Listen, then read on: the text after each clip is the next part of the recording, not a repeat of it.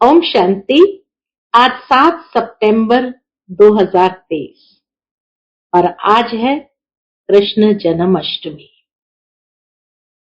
सभी भाई बहनों को जन्माष्टमी की बहुत बहुत बधाई हो, मुबारक हो, मुबारक हो। श्री कृष्ण के जन्मोत्सव को सारे भारत भर में तो क्या, लेकिन विश्व में भी कई आत्माएं बड़े धूमधाम से मनाती है।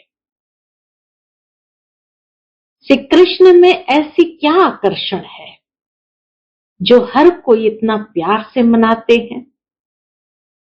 उतना प्यार से और किसी की जयंती नहीं मनाई जाती है। श्री कृष्ण नाम ही स्पष्ट करता है, कृष्ण अर्थात आकृष्ट करने वाला, जो हरेक को अपनी ओर आकर्षित करता है। इसीलिए उसको मोहिनी मूरत या मोहन भी कहा जाता है, जो सबको मोहने वाला है। हर एक को यही अंदर में एक अभिलाषा रहती है कि श्री कृष्ण जैसा भाई मिले, श्री कृष्ण जैसा बच्चा मिले, श्री कृष्ण जैसा प्रियतम मिले या प्रेमी मिले या पति मिले। और इसीलिए आज भी हर कोई अपने मन के अंदर वही मोहिनी मूरत को बसाए हुए है, उसकी महिमा खूब करते हैं। कई लोग जागरण, व्रत, उपवास भी करते हैं ताकि बहुत सुंदर ऐसा बच्चा या ऐसा भाई या पति मिले। या दुनिया के अंदर सबसे बड़ा सखा स्वरूप भी श्री कृष्ण का ही दिखाया गया है, चाहे वो सुदामा के साथ हो या पांडवों के साथ हो, यानी अर्जुन के साथ हो, या जैसे द्रौपदी ने भी उसको हमेशा सखा रूप में देखा, तो सबके साथ वफादारी से संबंध निभाया। इसीलिए श्री कृष्ण की इतनी महिमा है। एक महिमा जो बहुत सुंदर उसका पूरा जीवन का व्यक्तित्व वर्णन करता है, श्री कृष्ण गोविंद हरे मुरारी, हे नाथ नारायण नम वासुदेव। भावार्थ यही कि बचपन में जिसको श्री कृष्ण कहा, बचपन में ही अनेक ऐसी लीलाएं उसने की जिसके कारण ही सभी भाई बहनें उसकी ओर सहज मंत्र मुक्त हो जाते थे। बचपन में ही चाहे कई असुरों का खात्मा भी किया, तो सबसे सुंदर लीला अगर जो देखी गई है मटकी फोड़ने की। वास्तव में ये मटकी फोड़ कौन सी है? मटकी है ये देह, और देह अभिमान रूपी मटकी को जो फोड़ता है वही वास्तविक मक्खन को अपने जीवन में अनुभव करता है। देह अभिमान की मटकी जब तक नहीं तोड़ी तो मक्खन का स्वाद जीवन के अंदर नहीं आ सकता है। उसके बाद जैसे ही थोड़ा बड़ा हुआ तो कहा जाए गोविंद, यानी ग्वाल बाल बना, गायों की रक्षा की, गौ माता की संभाल की, और कितना सुंदर तरीके से ये भी बताया है कि गौ माता की रक्षा अपनी मुरली बजाते हुए किया। तभी तो कहा जाता है मुरली तेरी में है ऐसा जादू जो हर कोई को अपना बना देता है। भावार्थ यही, गौ माता यानी आज संसार के अंदर माताओं बहनों की रक्षा करने की आवश्यकता है। और वो कैसे रक्षा करते हैं परमात्मा, तो दिखाया मुरली सुनाते हुए। मुरली माना मधुर स्वर, और सबसे मधुर स्वर कौन सा है? ओम का। उस ओम के अर्थ स्वरूप में स्थित कर देते, अर्थात हर एक को आत्म स्वरूप में आत्म भावस्थ कर देता। ऐसा मधुर स्वर जब परमात्मा सुनाते हैं तो माताओं बहनों की तो क्या, लेकिन हर आत्मा की सुरक्षा हो जाती है। उसके साथ ही फिर हरे मुरारी बना।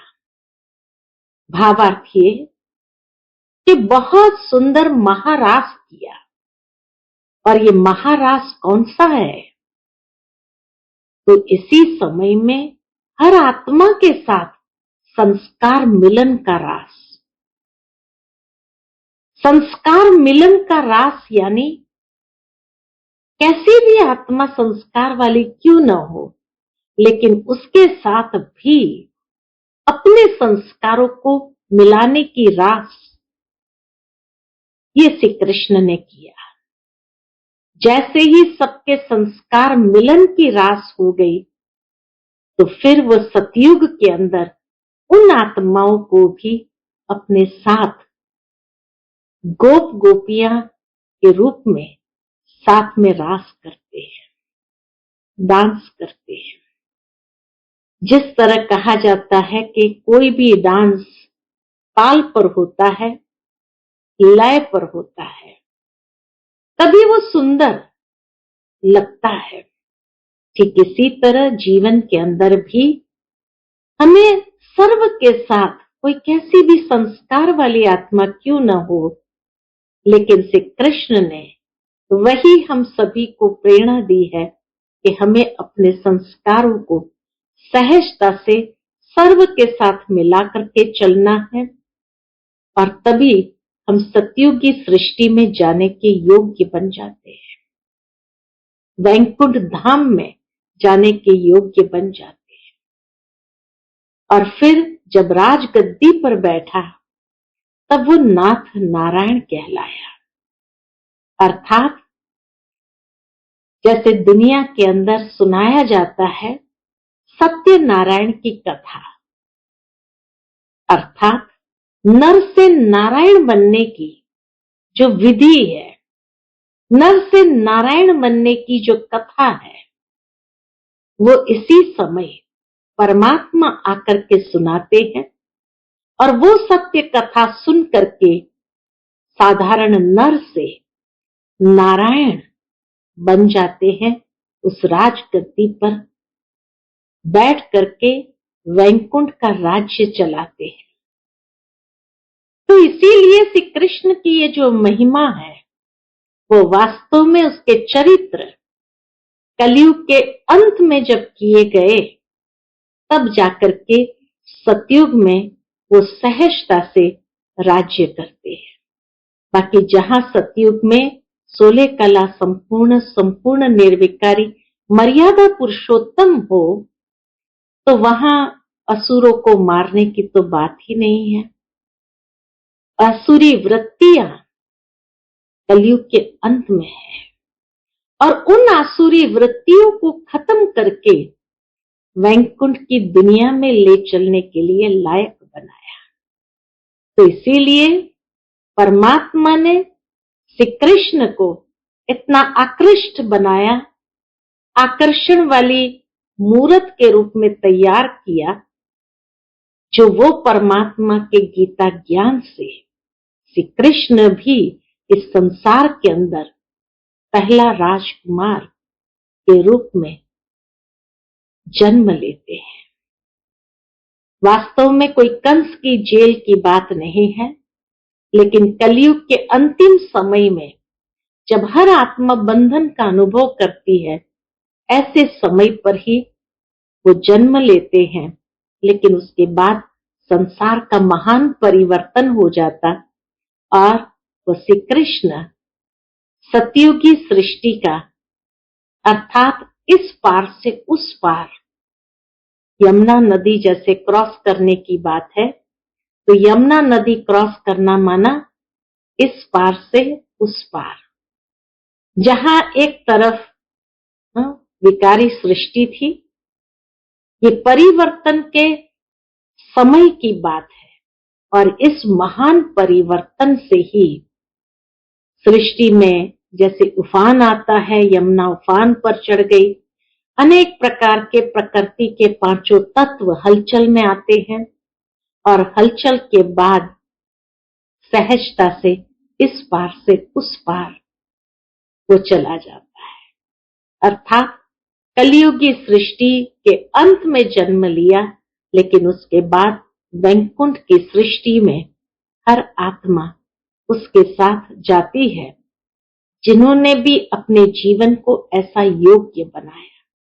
तो गीता ज्ञान से जो अपने जीवन को ऐसा योग्य बनाते हैं, तो कहा अधर्म का नाश और सत धर्म की, सनातन धर्म की या श्रेष्ठ सतयुगी दुनिया की स्थापना हुई, जहां श्री कृष्ण के साथ हम सभी आत्माएं गोप गोपी बनकर के रास भी करेंगे और उस दैवी सृष्टि का आनंद भी लेंगे। तो इस अनोखी रीति से जन्माष्टमी को मनाएं, अर्थात अपने जीवन के लिए एक श्रेष्ठ दिशा निर्धारित करें, ऐसी प्रेरणा प्राप्त करें ताकि हम भी अपने जीवन को श्री कृष्ण समान बना सके और हर संबंध को निभाते हुए सहजता से ऐसा सुंदर स्वरूप बनाए उस संबंध में भी जो हर कोई उसके ओर आकर्षित हो। चाहे वो बच्चे का स्वरूप हो, चाहे वो सखा का स्वरूप हो, चाहे वो प्रियतम का स्वरूप हो, लेकिन हर संबंध को बहुत स्नेहपूर्ण वफादारी से, निस्वार्थ भाव से, पवित्रता को लिए हुए उसको निभाना है। तो शुभ संकल्प के साथ हम इस जन्माष्टमी को अपने जीवन को श्रेष्ठ दिशा दें। ऐसी जन्माष्टमी सबको बहुत बहुत मुबारक हो और आपका जीवन भी श्री कृष्ण जैसा बने, यही शुभकामनाएं हम आज के दिन आप सबके लिए करते हैं। सुनते हैं आज के बाबा के अनमोल मधुर महावाक्य, जिसमें बाबा ने विशेष शिव और श्री कृष्ण का महान अंतर स्पष्ट किया है। ओम शांति। मीठे बच्चे, विचार सागर मंथन कर श्री कृष्ण और परमात्मा शिव के महान अंतर को स्पष्ट करो। आज की मुरली है ही विशेष श्री कृष्ण जन्माष्टमी के संबंधित। आज की मुरली से प्रश्न है, ब्रह्मा बाबा अपने आप से क्या बातें करते हैं? उन्हें वंडर क्या लगता है? उत्तर, ब्रह्मा बाबा अपने आप से बातें करते, पता नहीं क्या होता जो शिव बाबा घड़ी घड़ी भूल जाता है। ऐसे तो नहीं, बात जब प्रवेश करते तब याद रहती है, बाबा चले जाते हैं तो याद भूल जाती है। ये ब्रह्मा बाबा का अपना अनुभव है। परंतु मैं तो उनका बच्चा हूं, याद भूल क्यों जाती है? क्या मेरी याद से बाबा आते हैं? ऐसे ऐसे बाबा अपने आप से बातें करके वंडर खाते रहते हैं। आज की मुरली से पहले गीत बजा है, तू प्यार का सागर है, तेरी एक बूंद के प्यासे हम। ओम शांति। शिव बाबा बैठकर अपने सिक्की लधे बच्चों को समझाते हैं कि गीता का भगवान कौन है, क्योंकि इस समय भारत में है अज्ञान अंधेरा। इसको कहा जाता है घोर अंधियारा, अज्ञान अंधियारा। फिर सोजरा चाहिए ज्ञान का। परम पिता परमात्मा को ही मनुष्य मानते हैं कि वह ज्ञान का सागर है, नॉलेजफुल है। अच्छा, वह ज्ञान का सागर है, उनसे क्या मिलता है? नदियों से पानी मिलता है तो भर भर कर स्नान भी करते हैं। तुमको ज्ञान सागर से क्या मिलता है? एक बूंद। तू प्यार का सागर है, तेरी एक बूंद के प्यासे हम।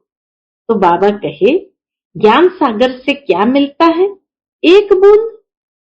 बाप आकर बच्चों को समझाते हैं, मैं ज्ञान का सागर हूं, तुमको बूंद देता हूं। बूंद माना एक एक पॉइंट बाबा स्पष्ट करके हमें समझाते हैं। कौन सी बूंद? सिर्फ कहता हूं मैं तुम्हारा बाप हूं, तुम मुझे याद करो। समझो कि हम अपने शांति धाम सुख धाम जाते हैं। ज्ञान सागर एक सेकंड में जीवन मुक्ति वैकुंठ में भेज देते हैं। घर बैठे भी दिव्य दृष्टि दे देते हैं। मनुष्य तो एक दो को सामने दृष्टि देते हैं, बाबा घर बैठे साक्षात्कार करा लेते हैं।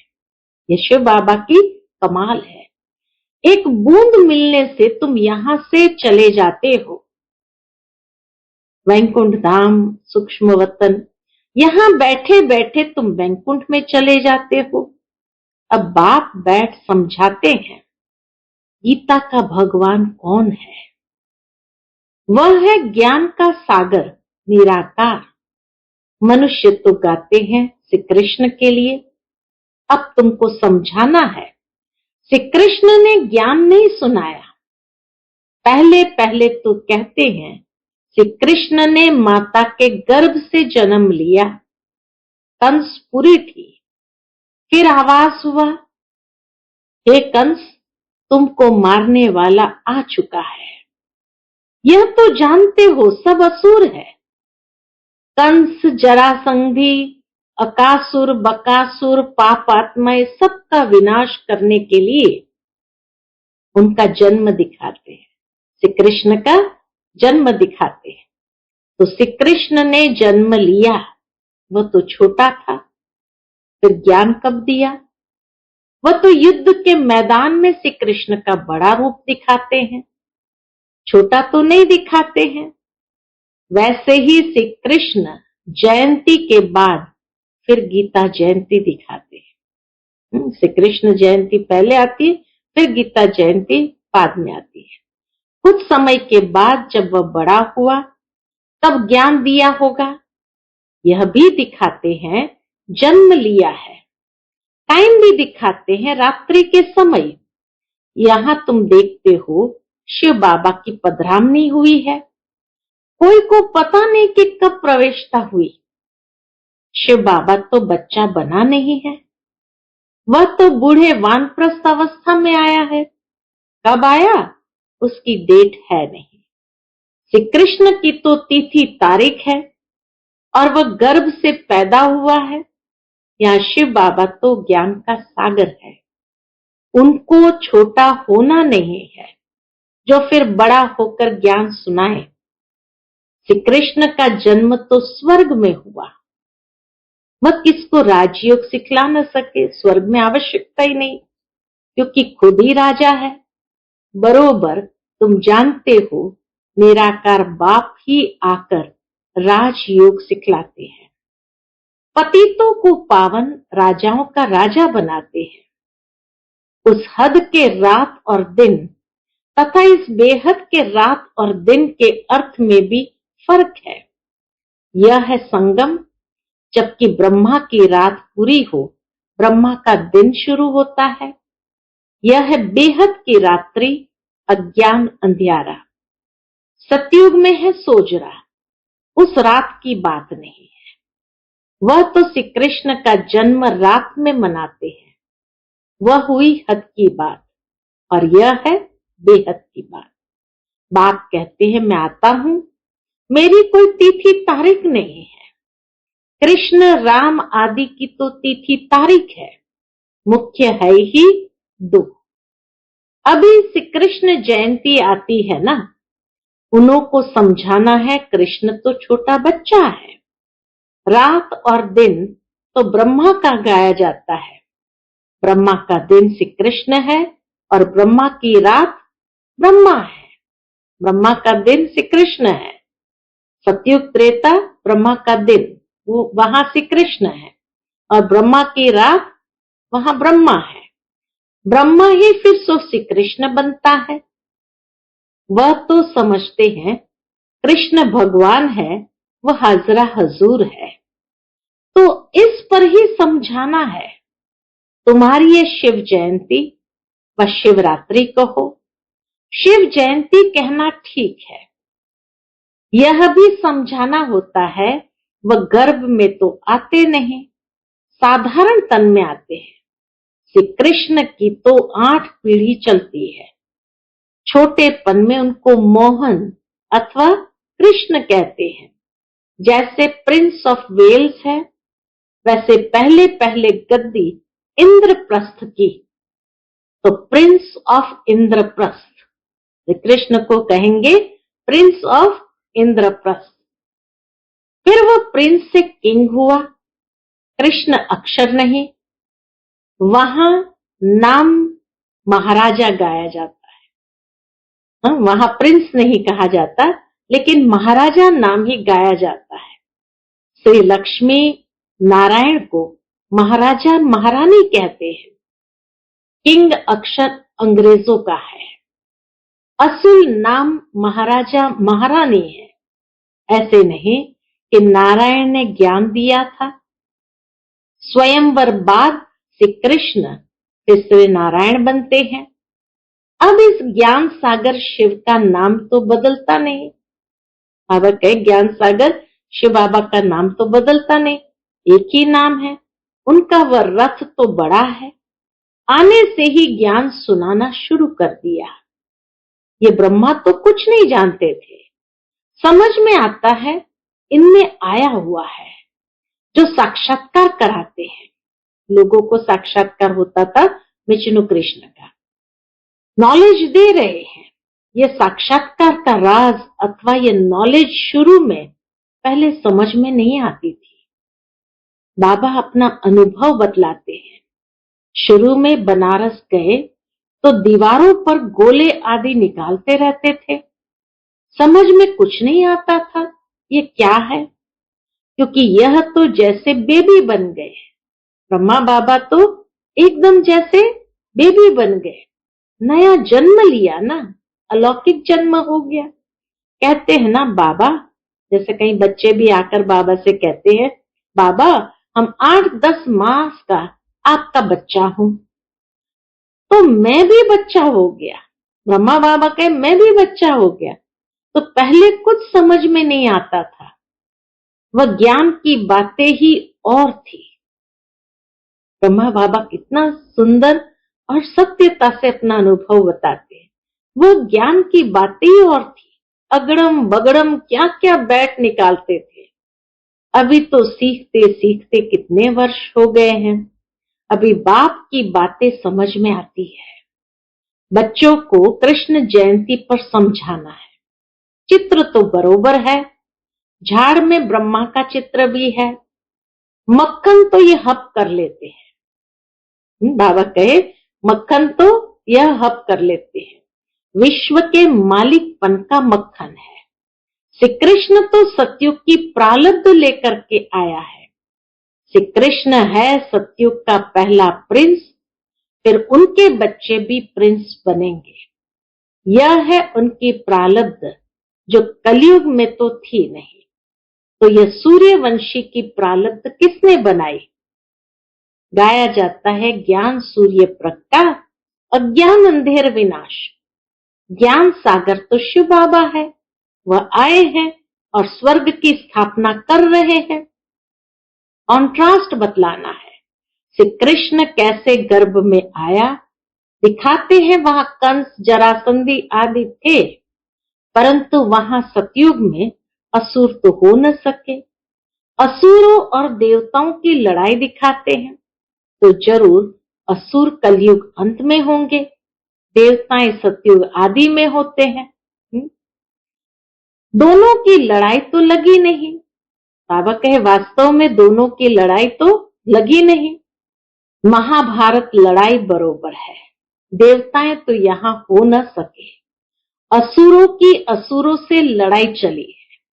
मुसलमानों का राज्य भी देखते हो, बरोबर यादव कौरव पांडव भी है।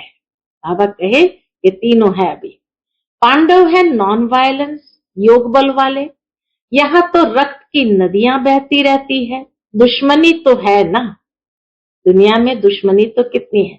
पार्टीशन में रक्त की नदी अच्छी ही बही थी ना, भाई भाई की युद्ध हुई, भाई भाई तो है ना, लड़ाई उन्हों की लगती है, नहीं तो रक्त की नदी कैसे बहे।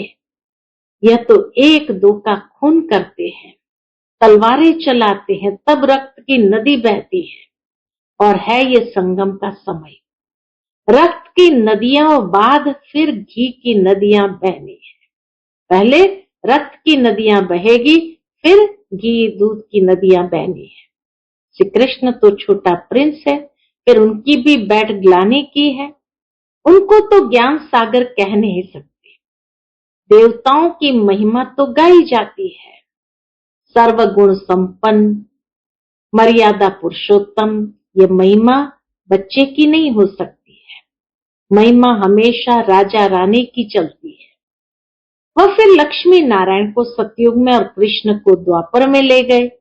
इतनी बड़ी भूल करती है। लक्ष्मी नारायण के छोटेपन की कहानी भी कोई बता नहीं सकते।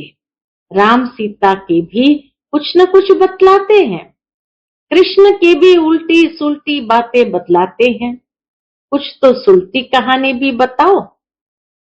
लक्ष्मी नारायण की तो महिमा गाई जाती है, सर्वगुण संपन्न, 16 कला संपन्न, संपूर्ण निर्विकारी, मर्यादा पुरुषोत्तम, अहिंसा परमो धर्म।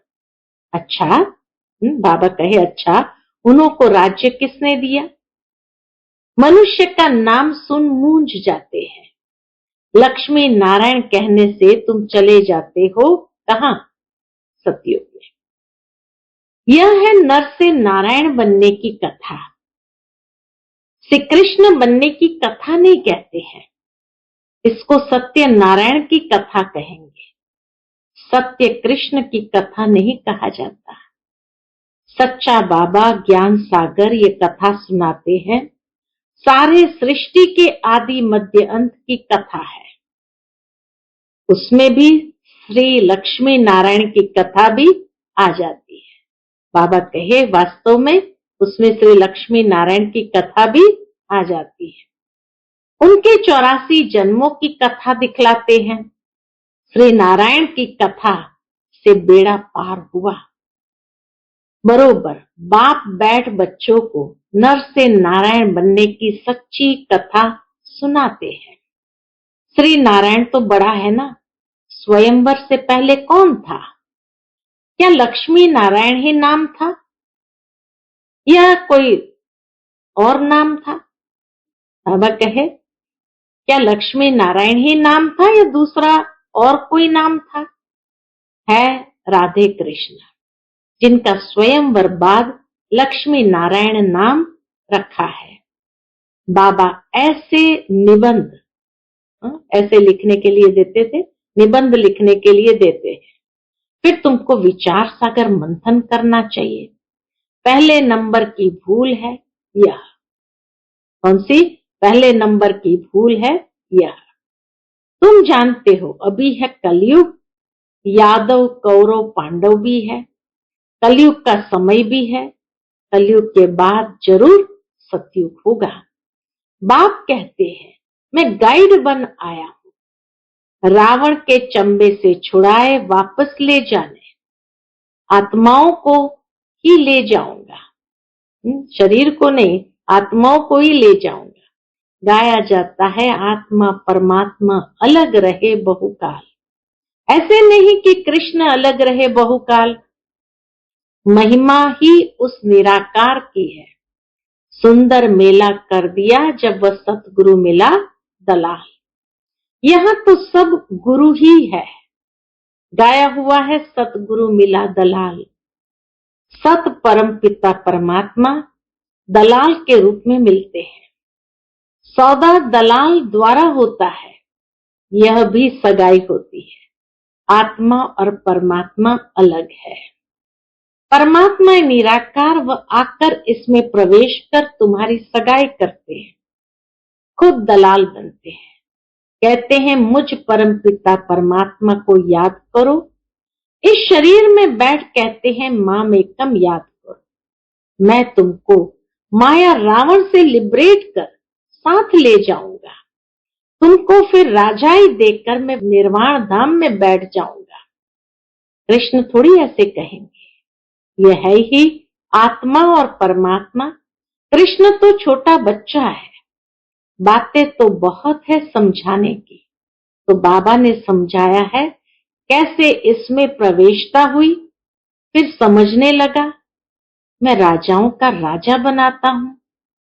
विष्णु का साक्षात्कार हुआ, ब्रह्मा बाबा की बात है।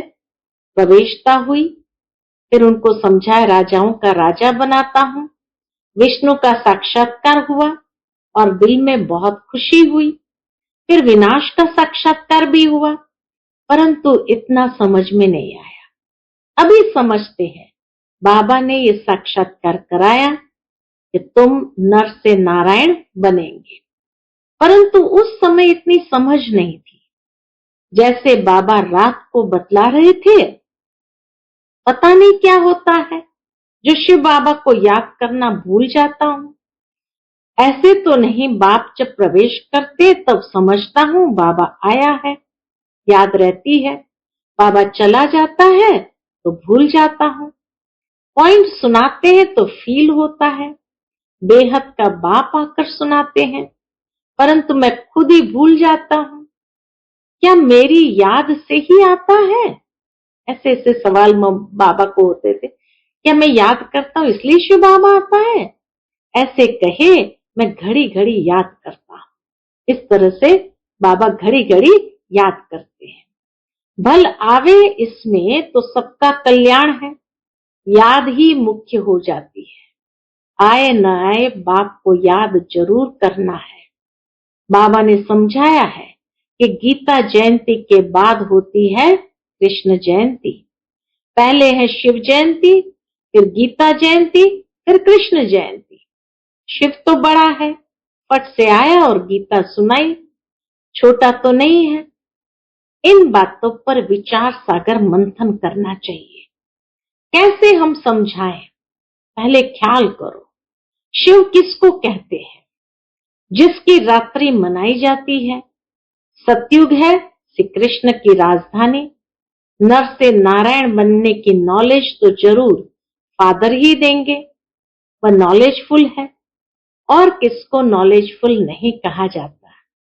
गॉड इज नॉलेजफुल, रचयिता बीज रूप है। वही ड्रामा की नॉलेज सुनाएंगे।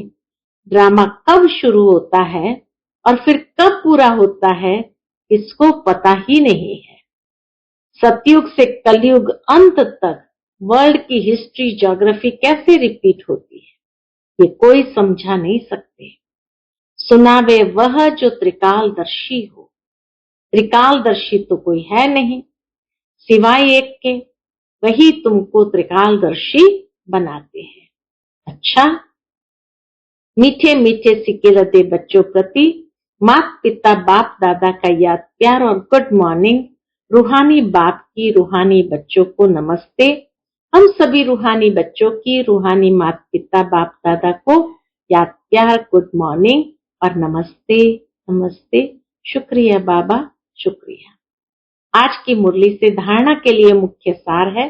पहली पॉइंट, मास्टर नॉलेजफुल और त्रिकालदर्शी बन श्री कृष्ण और परमात्मा शिव के महान अंतर को स्पष्ट कर घोर अंधियारे से निकालने की सेवा करनी है। दूसरी पॉइंट, बाबा जो ऐसे निबंध देते हैं उस पर विचार सागर मंथन करना है, ख्याल करना है कैसे किसको समझाएं। आज का बाप दादा का मधुर वरदान हम बच्चों के प्रति है, बुद्धि के चमत्कार द्वारा आकार में साकार का अनुभव करने वाले दिलाराम के दिलरुबा भव। बुद्धि के चमत्कार द्वारा आकार में साकार का अनुभव करने वाले दिलाराम के दिलरुबा भव। कई बच्चे आए भल पीछे हैं, लेकिन आकार रूप द्वारा भी अनुभव साकार रूप का करते हैं। ऐसे अनुभव से बोलते हैं कि हमने साकार में पालना ली है और अब भी ले रहे हैं। तो आकार रूप में साकार का अनुभव करना यह बुद्धि की लगन का, स्नेह का प्रत्यक्ष स्वरूप है। यह भी बुद्धि के चमत्कार का सबूत है। ऐसे बच्चे ही दिलाराम बाप के समीप दिलाराम के दिलरुबा है, जिनके दिल में सदा यही गीत बजता है, वाह मेरा बाबा वाह। आज का स्लोगन है, त्यागी आत्मा के हर कर्म व कदम में सफलता समाई हुई है। त्यागी आत्मा के हर कर्म में व कदम में सफलता समाई हुई।